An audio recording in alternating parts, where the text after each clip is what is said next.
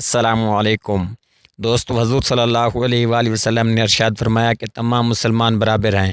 کسی امیر کو، کسی غریب پر، کسی گورے کو، کسی کالے پر، کسی عربی کو، کسی اجمی پر کوئی فوقیت نہیں، ہاں مگر تقوی کی بنا پر۔ یعنی کہ تمام مسلمان برابر ہیں، چاہے کوئی امیر ہو، چاہے غریب ہو، چاہے گورا ہو، چاہے کالا ہو، چاہے عربی ہو، چاہے اجمی ہو، سب مسلمان برابر ہیں، لیکن جو نیک ہے ان کی شان زیادہ ہے۔ ایک اور حدیث ہے کہ حضور صلی اللہ علیہ وآلہ وسلم نے ارشاد فرمایا کہ جن کے دل میں رائے کے برابر بھی غرور ہوا وہ جنت میں داخل نہیں ہوگا۔ تو صحابہ کرام رضی اللہ تعالی عنہم نے پوچھا کہ یا رسول اللہ، اچھے کپڑے پہننا، اچھی جوتی پہننا، کیا یہ تکبر ہے؟ تو حضور صلی اللہ علیہ وآلہ وسلم نے ارشاد فرمایا کہ اللہ تعالیٰ خوبصورت ہے، خوبصورتی کو پسند فرماتا ہے۔ تکبر یہ نہیں کہ تم اچھے کپڑے پہنو یا اچھے دکھو، بلکہ تکبر یہ ہے کہ تم حق بات سے عنایت کرو اور دوسروں کو حقیر سمجھو۔ دوستو، آج اس ویڈیو میں ہم انجینئر محمد علی مرزا سے جانیں گے کہ حضرت نوح علیہ السلام کیسے تھے اور غوث پاک کیسے تھے۔ غوث پاک ان کے نزدیک جو شیخ عبد القادر جیلانی کو غوث پاک کہتے ہیں، ہمارے نزدیک تو وہ غوث پاک نہیں تھے۔ غوث کا مطلب ہے سب سے بڑا مددگار، ہمارے لیے تو سب سے بڑا مددگار ہمارا اللہ ہے۔ چلیں سنیں۔ وما نراك اتبعك الا الذين هم اراذلنا بادي الرأي، کہ ہم تو دیکھ رہے ہیں کہ آپ کی پیروی تو نہیں کر رہے مگر ہم میں سے وہ لوگ جو بڑے حقیر اور ذلیل لوگ ہیں، یعنی آپ کی پیروی کرنے والوں میں کوئی بڑے سردار نہیں ہیں۔ وما نرى لكم علينا من فضل، اور نہ ہم تمہاری ہستی کے پوائنٹ آف ویو سے اپنے اوپر کوئی فضیلت دیکھ رہے ہیں کہ کوئی تم بہت ایکسٹرا آرڈنری انسان ہو ایز کمپیئر ٹو ہمارے، یعنی بظاہر وہی سارے کا سارا معاملہ ہے۔ جو ایک انسان کے اندر خوبیاں ہوتی ہیں وہی تمہارے اندر ہیں، ہمارے اندر بھی موجود ہیں۔ اب وہی کا سلسلہ تو ظاہر ہے کہ وہ سب کے سامنے تو نہیں ہوتا نا، وہ تو پیغمبر اور اللہ کے درمیان ایک راز ہے، اس کو کوئی آؤٹ سائڈر تو آبزرو نہیں کر سکتا، تو وہ ایک انسان کی طرح ہی دیکھتے تھے۔ دوستو، جب حضرت نوح علیہ السلام نے کافروں کے سرداروں سے بات چیت کی، ان کو دعوت حق دی، تو بیان کر رہا ہے وما نرى لكم علينا من فضل بل نظنكم كاذبين، بلکہ ہم تو یہ خیال کرتے ہیں کہ تم جھوٹے ہو، نعوذ باللہ۔ اب یہ ساری باتیں سننے کے بعد آپ جواب دیکھیں، کتنا انٹلیکچوئل جواب ہے، کتنا پرفیکٹ جواب ہے جو اللہ نے اپنے پیغمبر کو سکھایا ہے۔ بس آپ نے یہ جواب آج بھی جو دین کا دائی اپنے اوپر لگائے گئے الزامات کے عوض یہ جواب دے سکتا ہے تو وہ سمجھ لیں نبیوں کے طریقے کے اوپر ہے۔ اب مجھے بتانا ہے آپ نے کون سا دائی اس میں فٹ بیٹھتا ہے۔ قال یا قوم ارائیتم ان کنت علی بینۃ من ربی، نوح علیہ السلام نے کہا کہ اے میری قوم، بھلا دیکھو تو اگر میرے پاس روشن دلیل ہو اپنے رب کی طرف سے، وآتانی رحمتا من عندی، اور اس نے مجھے اپنی طرف سے رحمت عطا فرمائی، فعمیت علیکم، اور تم پر یہ چیز پوشیدہ ہے، تم اندھے بنے ہوئے ہو اس حقیقت کو دیکھتے ہوئے، انلزمکموہا وانتم لہا کارہون، تو کیا ہم زبردستی تمہیں ہدایت دے سکتے ہیں، تم پہ یہ چیز مسلط کر سکتے ہیں جسے تم ناپسند کرتے ہو؟ وَيَا قَوْمِ لَا أَسْأَلُكُمْ عَلَيْهِ مَالًا، اور اے میری قوم دیکھو، میں اس تبلیغ کے بدلے میں تم سے کوئی مال طلب نہیں کرتا، یعنی آج کی ڈیٹ میں میری کوئی چندہ بک نہیں ہے، میرا کوئی اکاؤنٹ نہیں ہے جو میں اپنے ویڈیو کے اوپر ڈسپلے کراؤں کہ یہ درس سننے کے بعد آپ اس اکاؤنٹ میں اتنے پیسے ٹرانسفر کر دیں، ایسا کوئی نہیں ہے۔ اب مجھے بتائیں یہ کون کہہ سکتا ہے، کسی ایک بندے کا نام لیں کہ یہ پلانٹ ارتھ پہ فلاں دائی ہے جو اس پہ پورا اترتا ہے؟ آپ بندوں کے نام لیں، ان کے میں آپ کو بتاتا ہوں اکاؤنٹ نمبر یوٹیوب کے اوپر اویلیبل ہے، اور وہ کیا شاہانہ زندگی گزار رہے ہیں، سب کچھ اسی سسٹم سے انہوں نے حاصل کیا ہے۔ آج جب ان کو باتیں کرتے ہیں کہتے ہیں نہیں یہ ہماری گاڑیاں تو نہیں ہے، تو تنظیم کی ہیں۔ دیکھو کیسا انہوں نے، جس کو کہتے ہیں کتے کو حلال کرنے کے لیے۔ میں وہ کل ایک مولوی کی ویڈیو دیکھ رہا تھا، وہ بکرا ذبح کر رہا، اور لوگ خوش ہو رہے ہیں کہ دیکھو جی جماعت کا امیر ہے خود بکرا ذبح کر رہا ہے۔ میں نے کہا یہ پوری زندگی بکرا خرید نہیں سکتا جو اس کی کوالیفیکیشن ہے، تو بکرا کہاں سے آیا؟ جن گاڑیوں میں یہ گھوم رہا ہے یہ پوری زندگی، اپنی پوری زندگی کی اپنے باپ کی تنخواہیں جمع کر کے نہیں خرید سکتا، یہ کہاں سے آیا؟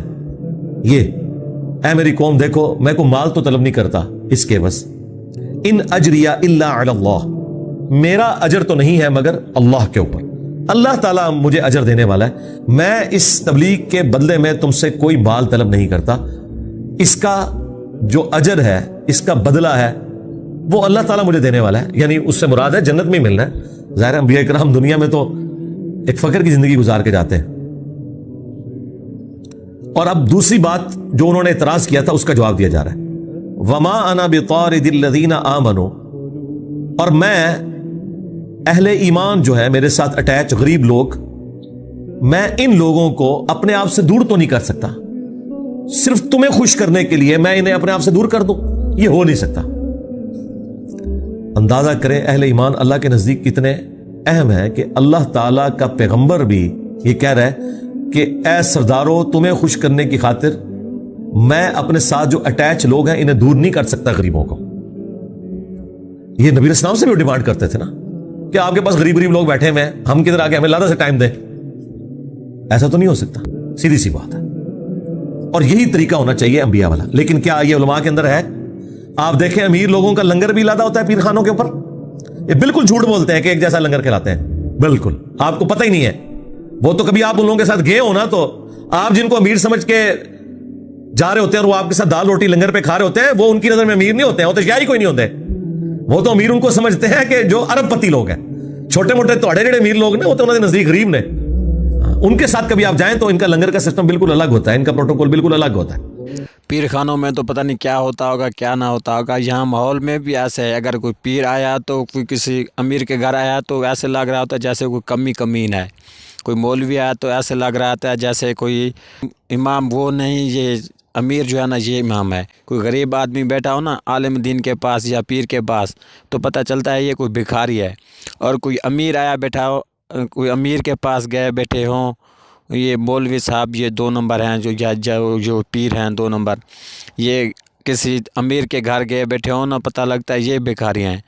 یہ آپ کو سٹیٹس بھی کا فرق بھی نظر آئے گا، امیر لوگوں سے یہ لوگ ہاتھ ملائیں گے تو پوری اسمائل کے ساتھ، اور غریب لوگوں کے ساتھ ملا رہے ہوں گے، کیمرہ ادھر ہے ادھر دیکھ رہے ہوں گے، تکیہ نہیں ہے فوٹو اور کی نہ تو انہوں ننگا کرا تو علماء نو، ان کا تکبر دیکھا ہے آپ لوگوں نے؟ کبھی کسی بڑے آدمی کے ساتھ بھی انہوں نے یہ اس طرح تصویر کھنچوائی ہے کہ دیکھ رہے ادھر ہوں اور ایسے کر کے سلام لے رہے ہوں؟ نہیں، وہ کبھی غلطی سے ہی ایسا ہو جائے نہیں ہوگا، اس لیے کہ وہ انہیں پتا ہے کہ یہ زمینی خدا ہیں، ہم نے ان کا احترام کرنا ہے۔ تو جب ایک زمینی خدا دوسرے زمینی خدا کا احترام کرتا ہے پھر دونوں خدا ایک دوسرے کے بینیفیشری ہوتے ہیں۔ ہاں صحیح بات ہے، وہ ان کے ذریعے فائدہ اٹھاتے ہیں اور وہ جو ہے نا ان کے ذریعے فائدہ اٹھاتے ہیں۔ غریب لوگ تو شاید کوئی نہیں ہے، تو اللہ تعالیٰ فرما رہا ہے کہ نوح علیہ السلام نے انہیں کہا کہ دیکھو تمہارے کہنے کے اوپر میں غریب لوگوں کو اپنے آپ سے دور نہیں کر سکتا، نیور، ناٹ ایٹ آل۔ اچھا یہ سیم باتیں رسول اللہ کے لیے بھی آئی ہیں قرآن کے اندر، جب کافر کہتے تھے کہ ان کو آپ دور کریں تو نبی السلام کو تو یہاں تک کہا گیا کہ آپ ان سے فرما دیں کہ ان کا نہ کوئی میرے اوپر کوئی احسان ہے نہ میرا ان کے اوپر کوئی احسان ہے، یہ سب اللہ کی رضا کی خاطر آئے ہوئے ہیں، میں کس طرح ان کو اصحاب صفا کو اپنے آپ سے دور کر دوں؟ اور اگر میں ایسا کرتا ہوں اس میں بھی آئے گا میں تو ظالموں میں شمار ہو جاؤں گا۔ انہم ملاقو ربہم، بے شک وہ تو اپنے رب سے ملاقات کرنے والے ہیں، ولکنی اراکم قوما تجہلون، لیکن میں تمہیں دیکھ رہا ہوں اے کفار، اے کافروں کے سرداروں کہ تم لوگ حقیقت سے ناواقف ہو، تم جہالت کی زندگی گزار رہے ہو۔ وَيَا قَوْمِ مَن يَنصُرُنِي مِنَ اللَّهِ، اے میری قوم مجھے بتاؤ کہ مجھے اللہ سے کون بچائے گا۔ یہ نوح علیہ السلام کی گفتگو ہے۔ ان طردتہم، اگر میں اپنے پاس بیٹھنے والے اہل ایمان کو اس طریقے سے دھتکار کے اٹھا دوں یہاں سے، افلا تذکرون، کیا تم اتنا بھی نہیں سوچتے؟ اب مجھے بتائیں، یہ تو انبیاء کا سٹیٹس ہے، اور صوفیاء کہتے ہیں کہ جی جناب نگاہ مار کے مرید ساڑ دیتا، اور مرید کون سا؟ دشمن مرید نہیں، جو وضو کروانے والا، ہاں اس نے لوٹے کی ٹوٹی قبلہ رخ نہیں رکھی، اور کہتے ہیں کہ عبد القادر جیلانی نے نگاہ ماری اور جلا کے راکھ کر دیا۔ تو ہم یہ پوچھتے ہیں کہ اگر انہوں نے ایسا کیا ہے، ہمیں تو اس سے کوئی غرض نہیں کہ ہم ان کی طرف سے کوئی جھوٹی صفائی پیش کریں کہ انہوں نے نہیں کیا ہوگا، ہمیں تو کوئی کسی سے انٹرسٹ نہیں ہے۔ اگر انہوں نے ایسا کیا ہے تو 302 کا مقدمہ ہوتا ہے ان کے اوپر، یہ فضیلت ہے، اور اگر نہیں کیا تو اللہ کے حضور بری ہے، نہ میری تعریف سے انہیں کوئی اجر ملنے والا ہے، نہ میری برائی کرنے سے ان کا مرتبہ کم ہونے والا ہے۔ لیکن مجھے یہ بتائیں جو مرید آپ کو وضو کروا رہا ہے اور اس نے ٹوٹی قبلہ رخ نہیں رکھی تو یہ کیا کوئی شرعی گناہ ہے جو اس نے کیا ہے؟ اور پھر کہتے ہیں کہ بعد میں انہوں نے لوٹے کی طرف دیکھا تو اس کی ٹوٹی بھی سیدھی کر دی. پہلے ہی لوٹے ویکھ لیندے, غصے ہی تھوڑا ٹھنڈا ہو جاتا, بندہ مار دیا. اور یہاں انبیاء یہ کہہ رہے ہیں کہ مجھے اللہ سے کوئی بچا نہیں سکتا اگر میں اپنے ساتھ بیٹھنے والے کسی ایمان والے غریب آدمی کو اپنے سے دور کروں. تو مجھے بتائیں ان کے جو عبد القادر جیلانی ان آیات کی روشنی پہ انبیاء کے راستے کے اوپر ہے یا شیطان کے راستے کے اوپر ہے؟ یہ خود فیصلہ کر لیں. لو جی اگلی گل تو ویسے ہی نہیں تو ہضم ہونی. ولا اقول لکم عندی خزائن اللہ, اور نہ میرا یہ دعویٰ ہے کہ میں اللہ کے خزانوں کا مالک ہوں, میں کسی کو کچھ دے سکتا ہوں. لو جی, اوپر دیکھا تو سونا, نیچے دیکھا تو سونا, مسلح چکیا تو سونا ہے جی. وہ کشف المجموع میں لکھا ہوا ہے ولا اعلم الغیب, اور نہ یہ کہ میں غیب جان لیتا ہوں. ولا اقول انی ملک, اور نہ میں یہ دعویٰ کرتا ہوں کہ میں کوئی فرشتہ ہوں. ٹھیک ہے, کیونکہ وہ سمجھتے تھے کہ نبی اس صورت میں ہم سے افضل ہوگا جب وہ کوئی نورانی مخلوق بن کے آئے. یہ کیا ہوا, یہ بھی انسان. آپ دیکھیں وہ جو آیا تھا نا کہ ما نراک الا بشرا مثلنا, اے نوح ہم تجھے تو اپنی طرح کا ایک انسان سمجھتے ہیں. تو اس کے جواب میں یہ نہیں آیا کہ تمہیں کیا پتا میری شانہ. جواب یہ ہے کہ میرا کب دعویٰ ہے کہ میرے پاس خزانے ہیں, یا میں غیب جان لیتا ہوں, یا میں انسان نہیں ہوں, میں فرشتہ ہوں. نہیں. ولا اقول للذین تزدری اعینکم, اب پھر وہی بات ریپیٹ ہو رہی ہے اہل ایمان جو ساتھ اٹیچ ہے.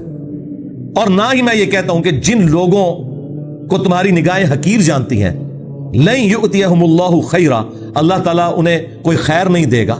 یعنی تم تو یہ سمجھتے ہو نا کہ دنیا میں اگر اللہ نے انہیں غریب رکھا ہے تو آخرت میں بھی بیچارے غریب ہی ہوں گے. اچھا یہ بھی عقیدہ ایگزسٹ کرتا تھا سورۃ الکہف کے اندر, اور جو دو بندوں کی بحث آئی ہے, ایک اللہ کے ماننے والے کی اور ایک دنیا دار کی.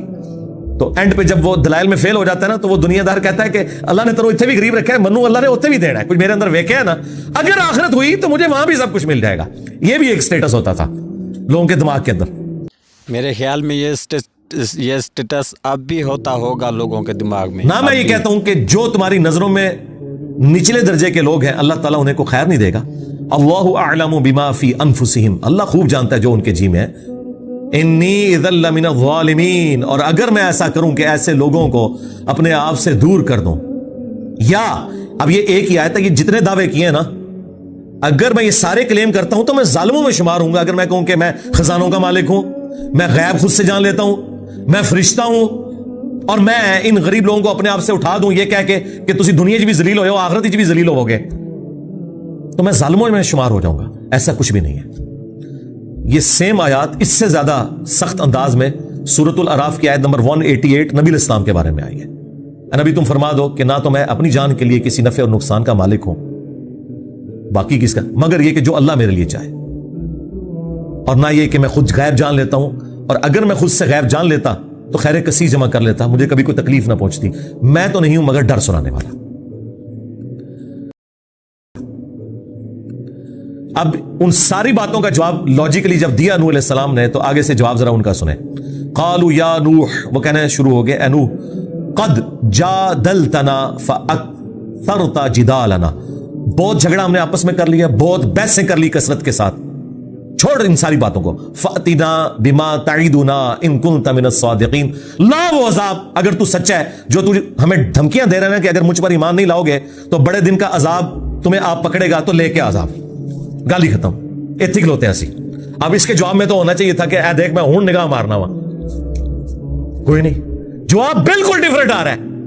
یعنی یہ ایک رکوع بتانے کے لیے کافی ہے کہ اس امت کی اکثریت کس عقیدے کو مانی ہوئی ہے جس کا قرآن و سنت سے کوئی تعلق نہیں. جواب سنیں جی. قال انما یاتیکم بہ اللہ ان شاء, وہ کہنا شروع ہو گئے حضرت نوح علیہ السلام کہ دیکھو جو تم مجھ سے مانگ رہے ہو نا کہ عذاب لے آ, وہ تو اللہ ہی لائے گا جب وہ چاہے گا. وما انتم بمعجزین, اور تم پھر اللہ کو عاجز نہیں کر سکو گے. انہوں نے کہا مینوں تے کر دو بچو, میں کہ تو عذاب لے کے آواں, یہ تو اللہ کا اختیار ہے, جب چاہے عذاب لے آئے. سورہ آل عمران میں بھی ہے, نبی علیہ السلام کی مبارک زبان سے نکل گیا جب آپ کے دانت شہید ہوئے کہ اللہ ایسی قوم کو کیسے ہدایت دے گا جنہوں نے اپنے نبی کا چہرہ خون سے رنگ دیا. یہ بخاری مسلم میں الفاظ موجود ہیں. تو قرآن میں ہے لیس لک من الامر شیء، اے نبی آپ کو کسی چیز کا کوئی اختیار نہیں. اللہ چاہے تو ان کی توبہ قبول کر لے. اور پھر ہوا بھی ایسا ہی. وہی خالد ابن ولید مسلمان ہو گئے اور جس زبان سے بدوا نکلی تھی اسی زبان سے کہلوایا گیا کہ یہ اب سیف اللہ ہے. اب مجھے بتائیں، اللہ تعالیٰ نے تو اپنے نبی کی اس بات کی لاج بھی نہیں رکھی کہ چلو میرے نبی نے ایک بار بدوا دیتی ہے تو میں مور لا ہی دیواں. اللہ کے اپنے فیصلے ہیں. یہاں کے دڑی یہ بدوایا ہوا جی، اے بزرگاں دی مار پہ گئی ہے. دوستو حضور صلی اللہ علیہ وآلہ وسلم نے ارشاد فرمایا کہ تم اللہ سے محبت کرو کیونکہ اللہ تعالیٰ نے تمہیں بے شمار نعمتوں سے نوازا ہے، اور مجھ سے محبت کرو کیونکہ میں اللہ کا رسول ہوں، اور میرے اہل بیت سے محبت کرو کیونکہ ان کی نسبت میرے ساتھ ہے. ایک اور حدیث ہے کہ حضور صلی اللہ علیہ وآلہ وسلم نے ارشاد فرمایا کہ تم میں سے کوئی شخص تب تک مومن نہیں ہو سکتا جب تک اسے اپنی جان، اپنی اولاد، اپنے ماں باپ سب سے بڑھ کر اللہ اور اللہ کا رسول محبوب نہ ہو جائیں. دوستو قرآن مجید میں ہے کہ تم بہترین امت ہو، تم برائی سے روکتے ہو اور نیکی کی دعوت دیتے ہو. اور ایک حدیث ہے کہ حضور صلی اللہ علیہ وآلہ وسلم نے ارشاد فرمایا کہ تم پہنچا دو چاہے تمہیں ایک آیت ہی آتی ہو، تم دوسروں تک پہنچا دو چاہے تمہیں ایک آیت ہی آتی ہو. ایک اور حدیث ہے کہ حضور صلی اللہ علیہ وآلہ وسلم نے ارشاد فرمایا کہ جو برائی کو ہاتھ سے روکے وہ مومن ہے، اور جو زبان سے روکے وہ بھی مومن ہے، اور جو دل میں برائی کو برا جانے وہ بھی مومن ہے. اس کے بعد رائی کے برابر بھی ایمان نہیں. ایک اور حدیث ہے، ایک واقعہ ہے کہ ایک عورت تھی جس کا نام فاطمہ تھا، اس نے چوری کر لی تھی. تو وہ کسی اچھے خاندان کی عورت تھی. تو صحابہ نے مشورہ کیا کہ یہ اچھے خاندان کی عورت ہے، اسے سزا نہ ملے، اس کے ہاتھ نہ کاٹے جائیں. تو ایک صحابی تھا زید، جو حضور صلی اللہ علیہ وآلہ وسلم کا لاڈلا صحابی تھا، حضور صلی اللہ علیہ وسلم کو پیارا تھا.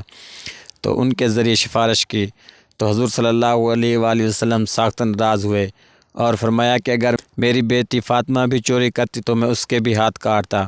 پچھلی قومیں اسی وجہ سے تباہ ہوئیں کہ ان کے اشرافیہ کے لیے اور قانون ہوتے تھے اور غریب لوگوں کے لیے اور قانون. اور دوستو حضرت علی رضی اللہ تعالیٰ عنہ کا قول بھی ہے کہ کفر کا دور تو چل سکتا ہے لیکن ظلم کا نہیں. ایک جگہ اور قول ہے کہ کفر کا زمانہ تو چل سکتا ہے لیکن ناانصافی کا زمانہ نہیں چل سکتا. دوستو یہ جو لوگ ہیں بزرگوں کی کہانیاں سناتے رہتے ہیں اور گھاڑ کر بیان کرتے رہتے ہیں، یہ سب کے سب جھوٹی ہیں، گھڑی ہوئی ہوتی ہیں. یہ جو بڑی بڑی کہانیاں سناتی ہیں کوئی بھی ثابت نہیں ہوتی، بعد میں کسی نہ کسی نے گھڑی ہوئی ہوتی ہیں. اور جو شیخ عبدالقادر جیلانی رحمۃ اللہ علیہ پر کی کہانیاں سناتے ہیں یہ بھی بعد کی گھڑی ہوئی کہانی ہے. شیخ عبدالقادر جیلانی تو خود ایک اہل حدیث عالم تھا، اور اس کی جو کتاب ہے غنیۃ الطالبین، اس میں اس نے جو نماز کا طریقہ بتایا ہے رفع الدین کے ساتھ بتایا ہے.